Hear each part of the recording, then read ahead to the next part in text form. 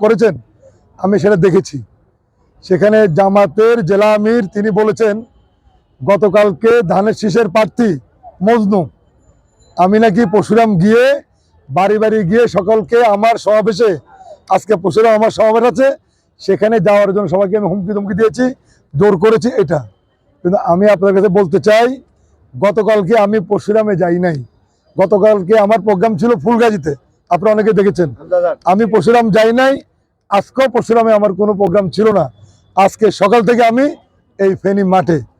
তাদের এই বক্তব্য শুনে বোঝা যাচ্ছে ওনারা মিথ্যা বক্তব্য দিয়ে অতীতের মতো জাতিকে বিভ্রান্ত করতে চাচ্ছে। আমি কেন জামাতের প্রার্থীকে বা জামাতের সমর্থককে কেন আমি হুমকি দিব? এই এলাকা হচ্ছে বেগম খালেদা জিয়ার এলাকা, ধানের শীষের সমর্থকদের এলাকা।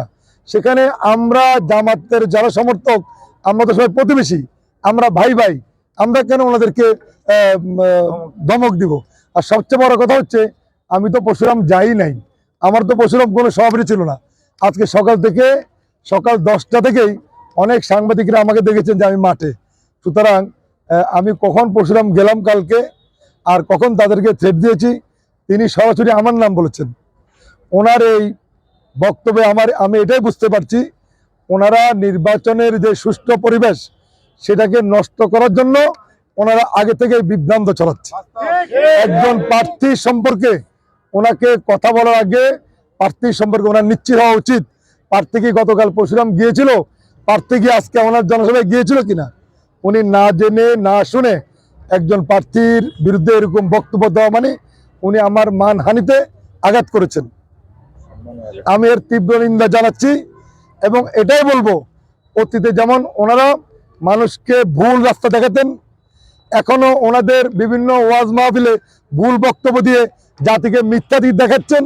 ঠিক এখনই নির্বাচনের পরিবেশকে নষ্ট করার জন্য ওনারা মিথ্যা বক্তব্য দিচ্ছেন।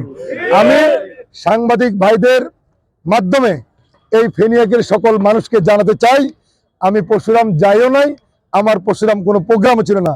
উনি যেটা বলেছেন সম্পূর্ণ মিথ্যা, উদ্দেশ্য প্রণোদিত, এবং তিনি আমাদের যে বিজয় সেটা সুনিশ্চিত জেনে কিভাবে নির্বাচনকে বানচাল করা যায়, কিভাবে নির্বাচন নিয়ে মিথ্যা বক্তব্য দেওয়া যায়, ওনারা সেটাই করছেন। আমরা বলতে চাই বিএনপির কোনো নেতাকর্মী কাউকে ধমক দিবে না, কাউকে জোর করে আনার দরকার নেই। নির্বাচন হবে, সুষ্ঠু নির্বাচন হবে। সেখানে এই ফেনীর মানুষ যাকে প্রতিনিধি হিসাবে নির্বাচিত করবেন, আমরা সকলে একসঙ্গে একটি সুন্দর ফেনী গড়ব।